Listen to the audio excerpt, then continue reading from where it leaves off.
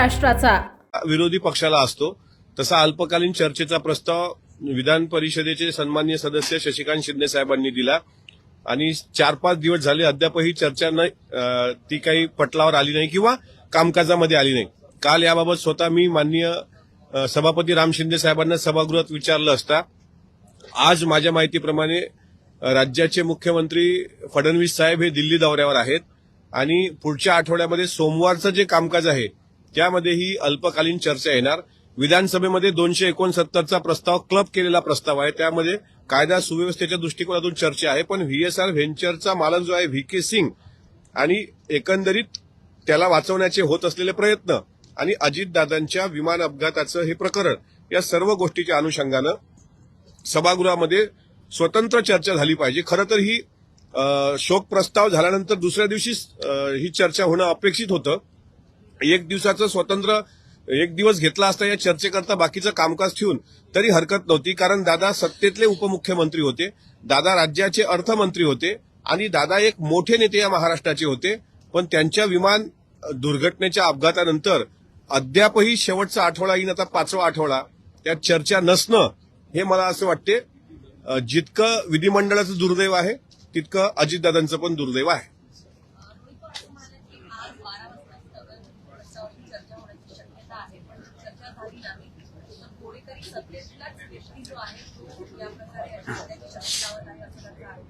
असं आहे, ते विधानसभेचे सदस्य आहेत, त्यांना आरोप करण्याचा पूर्ण अधिकार आहे. सरकारकडे आम्ही उच्चस्तरीय चौकशीची मागणी केली, सीआयडी चौकशीची मागणी केली, सीबीआय चौकशीची मागणी केली, त्या पद्धतीने मागण्या केल्या, तो आमचा अधिकार आहे. राजकीय दृष्टिकोनातून माझं म्हणणं आहे की जर अजितदादांच्या विषयाला आपल्याला सर्वांना एकत्र मिळून न्याय द्यायचा असेल तर याला राजकीय झालर लागता कामा नये. आपण सर्वजण फाईट करतो आहोत, ते फाईट करतायत, आम्ही पण फाईट करतो आहोत.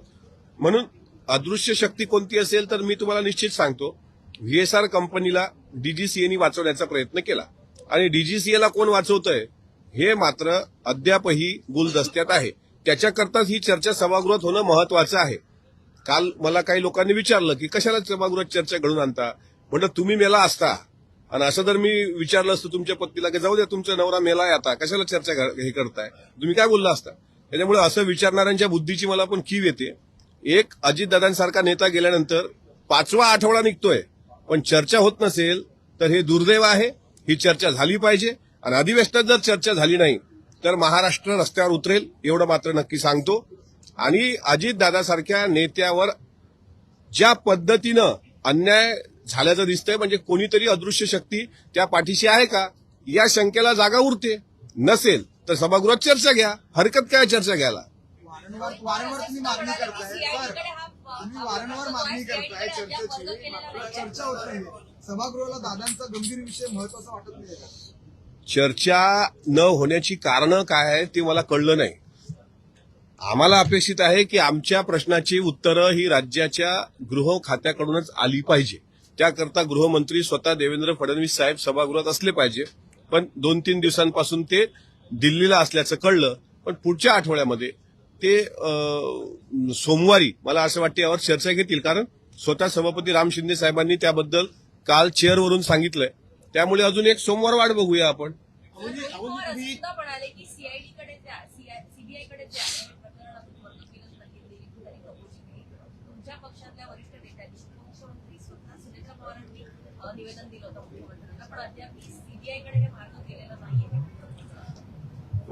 ही बाब गंभीर आहे ना.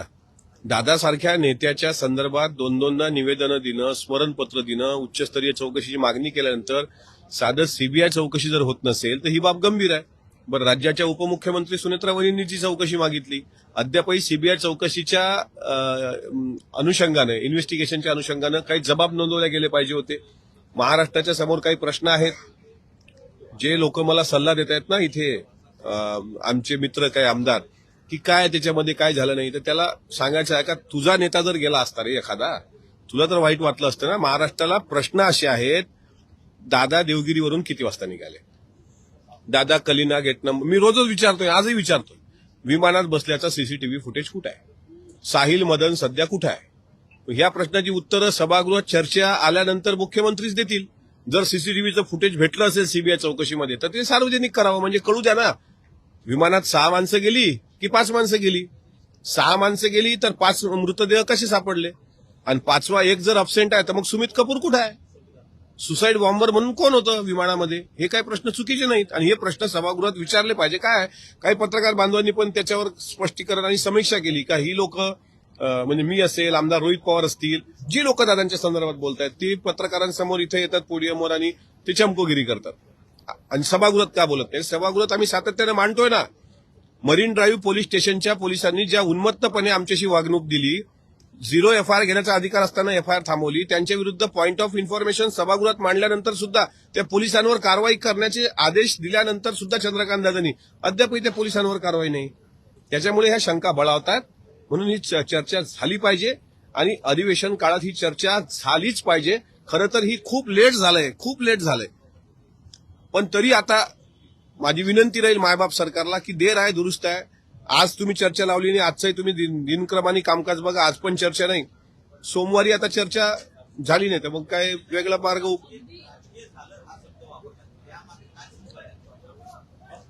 असं आहे का? व्हीएसआरच्या चुकीमुळं आता त्यांचे 5 फ्लाय रद्द केलेत का नाही? व्हीएसआरचे अधिकारी चुकलेत हे डीजीसीएनी पण सांगितलंय. मग त्याला वाचवतंय कोण? त्याचा एफआयआर का नाही घेतला गेला? मग याला राजकीय झाला नाही तर काय? आम्हाला हा शंका येते आणि ज्याच्या मनात ही शंका आहे तो प्रश्न विचारणार आहे. सभागृहात विचारण्याकरता आम्हाला सभापतीची परमिशन घ्यावी लागते, खालच्या सभागृहात अध्यक्षांची परमिशन घ्यावी लागते, त्यांनी परमिशन दिल्याशिवाय आम्हाला बोलता येत नाही.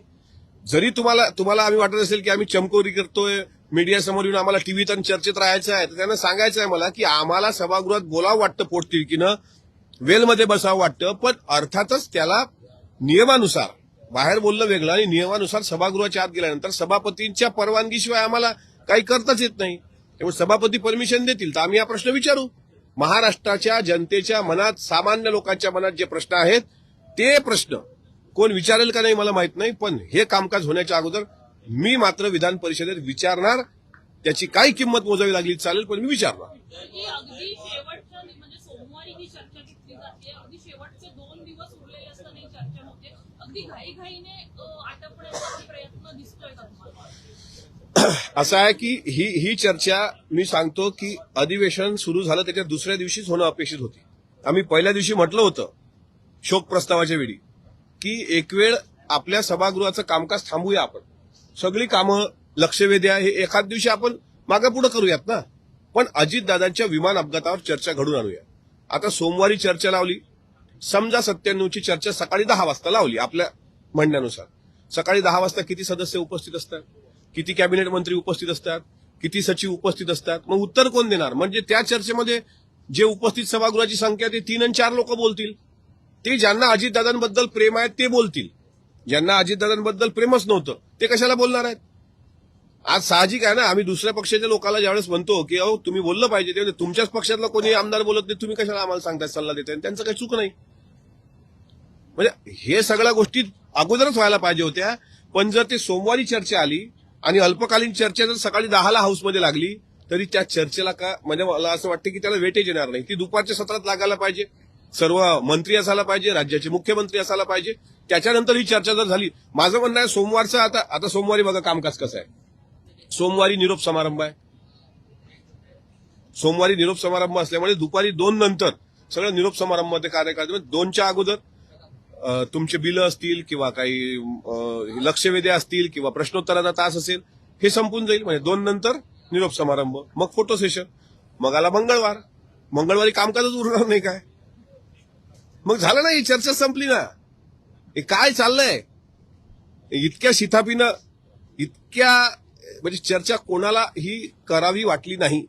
आज नाही सांगत साहेब, पण एक दिवस महाराष्ट्राची माती ही विचारणार आहे की ज्या अजितदादांनी 40 वर्ष आपल्या जीवनाचे या विधिमंडळाचं सदस्य म्हणून कामकाज केलं, राज्याला शिवशाहू फुले आंबेडकरांचं एक व्हिजन दाखवण्याचा प्रयत्न केला, यशवंतराव चव्हाण साहेबांचा वारसा दाखवण्याचा प्रयत्न केला, त्या अजितदादांच्या विमान दुर्घटनेनंतर त्या माणसाबद्दल जर एक चकार शब्दही सभागृहात पूर्ण अधिवेशनात निघत नसेल. बरं, अधिवेशनाचा कार्यकाळ दादाचा विमान अपघात 28 जानेवारी आणि मार्च महिन्यात अधिवेशन, म्हणजे ताजच आहे ना हे सगळं. मग याच्यावरून विचार करा. मी कालही बोललो, आजही, की जे आता मंत्री आहेत, जे आता राज्यमंत्री आहेत, जे आता मोठ्या पदावर लोक आहेत त्यांच्याकडे देव करो त्यांचं आयुष्य 100 वर्ष त्यांना लागो, पण दुर्दैवानं काही चुकीचं घडलं जीवनात आणि सभागृहात चर्चा झाली नाही तर त्यांना वाईट नाही वाटणार? परिवाराला, आम्हाला परिवारातले लोक आहोत, आम्हाला वाईट वाटणं साहजिक आहे.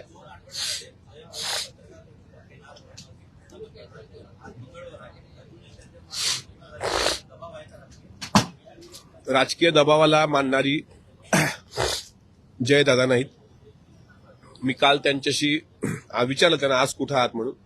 काय की मला असं वाटतं आज माझ्या माहितीप्रमाणे अजितदादांच्या आईचा वाढदिवस आहे, आशा काकींचा. तिथं दादा दरवर्षी आजच्या दिवशी असायचे आईसोबत. उद्याचा पाडवा असल्यामुळे ते परिवारात असायचे, पण 2 दिवस ते माझ्या माहितीप्रमाणे काठेवाडीला असतील. पण पुढच्या आठवड्यामध्ये त्यांचा प्रयत्न आहे सर्व माहिती गोळा केल्यावर ते पत्रकार परिषद घेतील आणि घेणार आहेत ना, त्यात काही दुमत असतं. पण सगळी माहिती असल्याशिवाय आता मला लोक जसं विचारतात तुम्ही येऊन मोगम बोलताय, तुमच्याकडे काय सीसीटीव्ही फुटेज नाही आहे का, तुम्ही मागितलं का नाही. मी मला काम करतो, मला दुसऱ्यांनी सल्ला देण्याची गरज नाही. पण आपल्याकडे पक्के पुरावे असल्याशिवाय पत्रकार परिषद घेणं त्यांना संयुक्तिक वाटलं नाही, म्हणून ते पुढच्या आठवड्यात घेतील असं मला दिसतं. एकनाथ शिंदे दिल्लीत आहेत, पंतप्रधानांची भेट घेत आहेत. ऑपरेशन टायगर दिल्लीत ते राबवत आहेत अशी चर्चा सुरू आहे. त्याचे प्रमुख राहुल शेवाळे, उदय सामंत तिकडे आहेत. मोठा भूकंप होऊ शकतो दिल्लीच्या राजकारणामध्ये ऑपरेशन टायगर. मला आत्ताच्या या घडीला अजितदादांच्या विमान दुर्घटनेचा विषय ऑपरेशन टायगरपेक्षा महत्वाचा वाटतो. शेवटी शिंदे साहेबांचा स्वतंत्र पक्ष आहे, ते त्या पक्षाचे प्रमुख आहेत. त्यांना कोणतं ऑपरेशन करायचं, कोणाला भेटायचं हा त्यांचा सर्वस्वी वैयक्तिक अधिकार आहे. त्यामध्ये मला ढवळाढवळ करण्याचा अधिकार नाही. पण माझा या राज्याचा मोठा नेता हरपलाय, त्या नेत्याचा शोध घेणं ही माझी जबाबदारी समजूनच मी पुढचं आता काम करणार.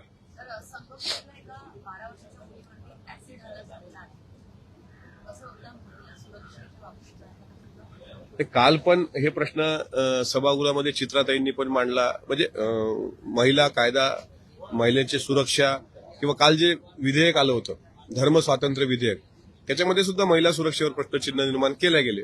आणि वस्तुस्थिती आहे, ऍसिड हल्ला किंवा पार्लेरच्या एका याच्यामध्ये दिव्यांग पती पत्नीच्या मुलीवर जी 17 वर्षाची होती, एका कीर्तनकार महाराजांनी सातत्याने 5 वर्ष अत्याचार केले. ही पण एक घटना आहे, ऍसिड हल्ल्याची घटना आहे. तर ह्या घटना रोखण्याकरता कायदे बनून नुसतं चालत नाही, त्या कायद्याची अंमलबजावणी व्हावी लागते.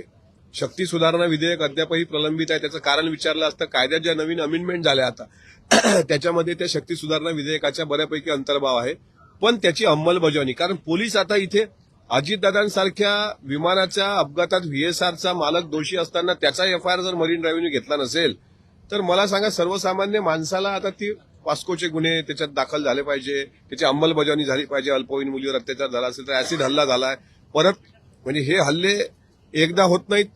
याच्यावर जर कडक निर्बंध नसले किंवा कडक शिक्षा झाली नाही तर अजून उद्या कोणी दुसरा हल्ला करेल.